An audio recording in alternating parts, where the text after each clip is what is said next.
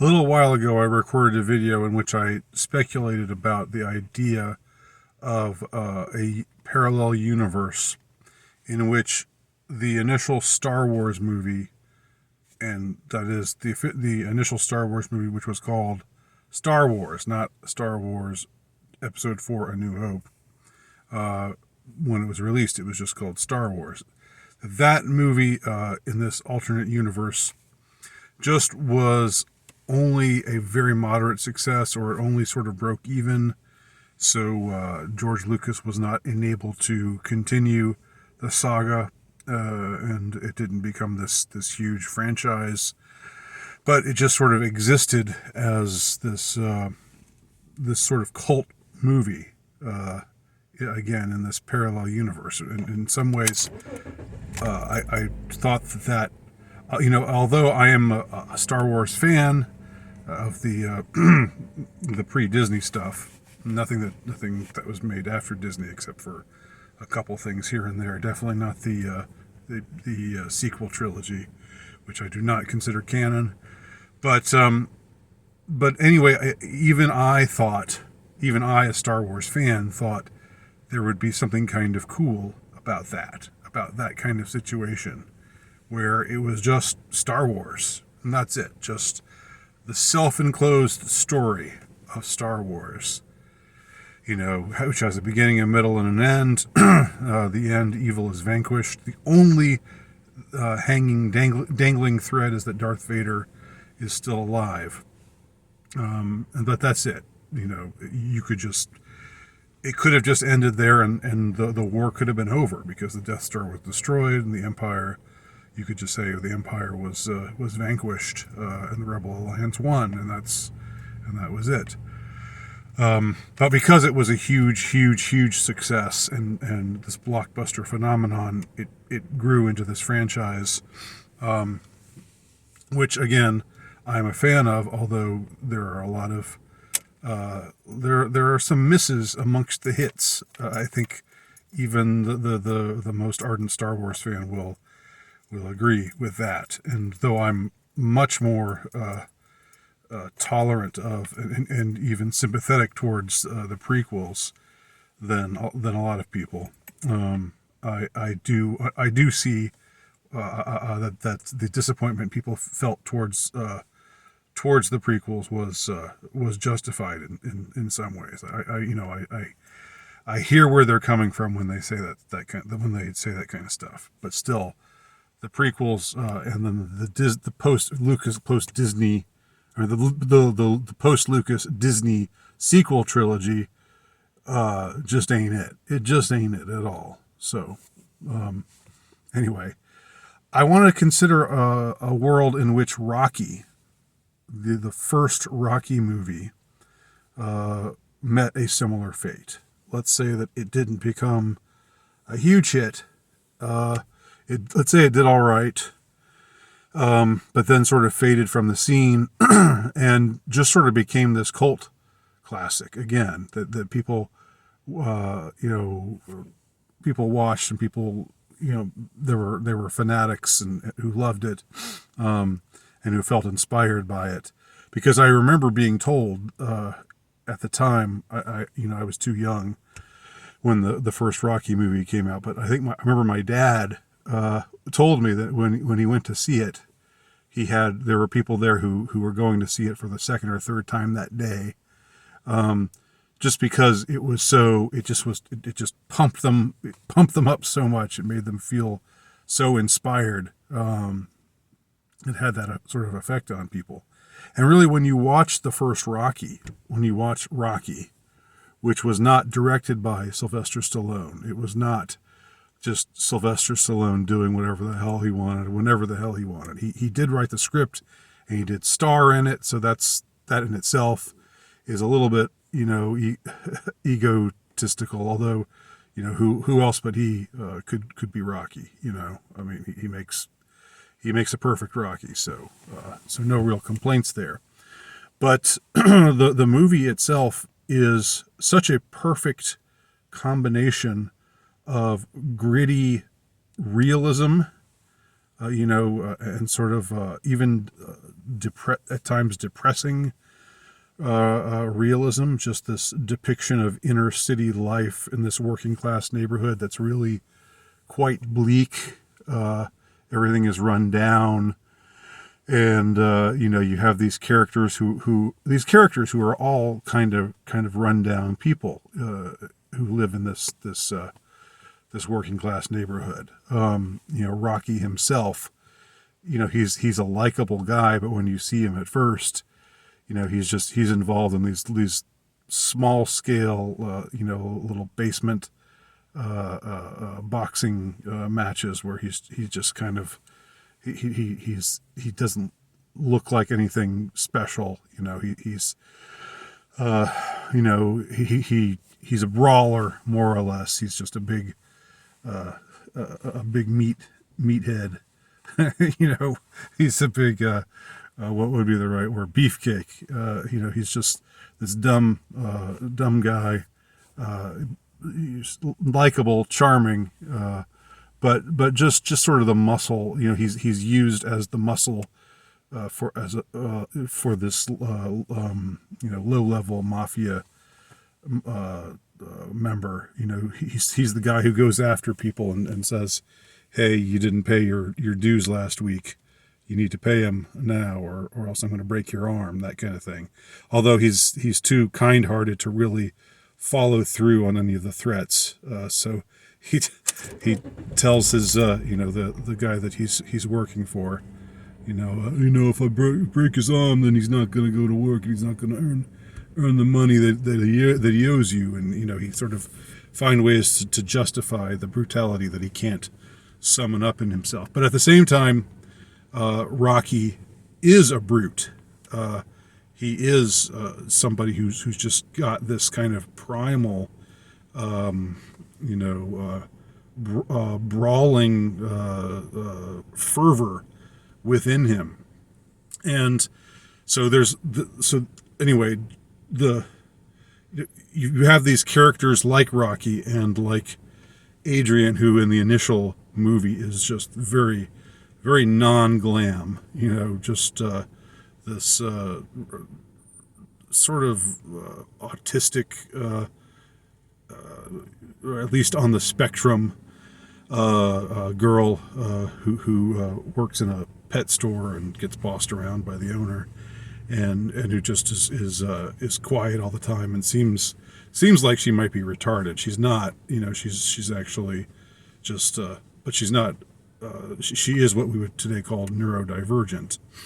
And then Paulie, her brother, who Rocky is sort of friends with, and Paulie's a really sometimes in some ways the most compelling character out of all of them, because he's this loudish guy. He's just he's this lovable lout. You don't you don't know whether to love him or hate him. Because he's either at his worst moments he's truly just an awful guy. He gets drunk and he's verbally abusive to his sister, and just he can be really unpleasant. Then again, he's growing up in the same blighted neighborhood that they're all that's affected them all. In downtown Philadelphia in the mid 70s. Nothing glamorous about any of that. And Mickey, the legendary character played by Burgess Meredith, the Irish trainer, the one that we get to know as this this old timey kind of scrappy, full of wisdom, but very, very rough hewn kind of guy. But Mickey hates Rocky at first. Rocky goes to the gym, to practice boxing, and Mickey, has his stuff removed from his locker so that this other guy can have the locker, and just holds Rocky in sheer contempt for complicated reasons. He sees Rocky as having this untapped potential, choosing to live this life, as a two-bit thug, when he could be doing better. And what we find out later is that he kind of sees, he what he loathes in himself, what Mickey loathes in himself, is what he loathes in what he thinks he sees in Rocky. You have this gritty urban, depiction of urban life, working class life. I mean, it's not totally grim. There are some moments of levity. There's the date that Rocky takes Adrian on, where the ice skating rink is about to close, and then Rocky pays off the guy to let him stay open for 10 more minutes, and then he just walks beside her on the ice while she skates, and they talk. Talk about an inexpensive date, but actually romance blossoms between Rocky and Adrian. And meanwhile, there's this other story involving Apollo Creed, who's this very, like, he's the heavyweight champ, but he's also this very savvy businessman, and he's looking for something that will really sell, something that will really get eyes, on the event, and thus make a lot of money.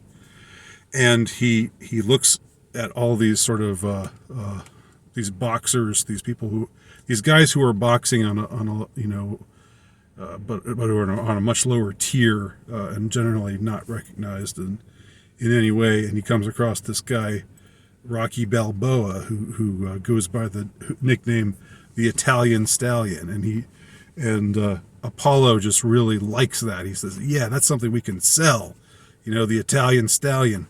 And he's also aware that the great white hope, the white underdog. This is something they were able to do in the mid 70s. They probably would shy away from this angle now. But Apollo knows the reality of things, and it's the bicentennial year.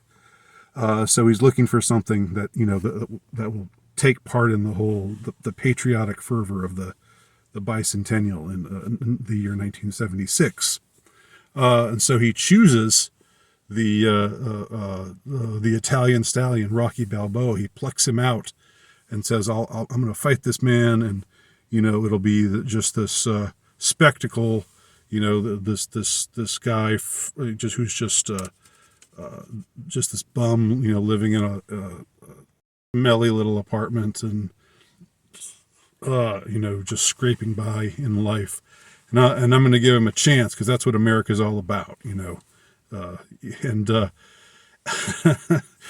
so this fantasy element enters the movie when Rocky realizes, that he's being given this opportunity to fight the champ. And then after this comes out and he agrees to take part in it, then Mickey wants to be his friend and stuff, and because he wants to train him. And Rocky says, "Oh yeah, you always hated me before. Now what's changed your mind now?" And Mickey sort of has to try to he has to pour out his heart to Rocky. It's a very moving scene, and it basically is his apology, the redemption of this character who'd been treating Rocky so rottenly for such a long time. All these characters who seem really real, and it's not glamorized. It doesn't become this kind of burlesque that the Rocky movies became later. It doesn't become this melodrama that Rocky movies became later. And I'm not saying that Rocky 3, Rocky 2, Rocky 3, and Rocky 4, even Rocky 5, didn't have their charms. They did. but they weren't the same kind of movie as Rocky. Rocky was a just a higher quality, a higher echelon. Rocky was film, I would say. This is maybe not what you would say is an art film or anything like that, but it was legitimate film. And of course, it won the Academy Award for Best Picture, beat out Taxi Driver. I remember for a long time being angry about that. Well, not really angry, but just sort of thinking, yeah, of course they'd give it to Rocky. But I think Rocky is just as valid of a film, a film with a great deal of subtlety and subtext as Taxi Driver. And there are certain other interesting commonalities. They're both about a guy who's in an urban setting who feels put down and who's looking for a way to rise up. So there's some interesting parallels there. Although Rocky's in Philadelphia, and that makes him a little bit lower on the rung than Travis Bickle, who's at least in New York. Sorry to offend any Philadelphians out there watching this, but I think you know what I'm saying. So Rocky becomes aware that he's just this gimmick for Apollo and all of these other people, and he's just being treated as a joke. He's aware. He becomes aware of that. Little subtle ways when he goes to the ring and he sees that they've got him in the wrong color trunks.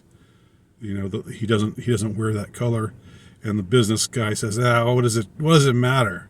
And so he's obviously being disrespected.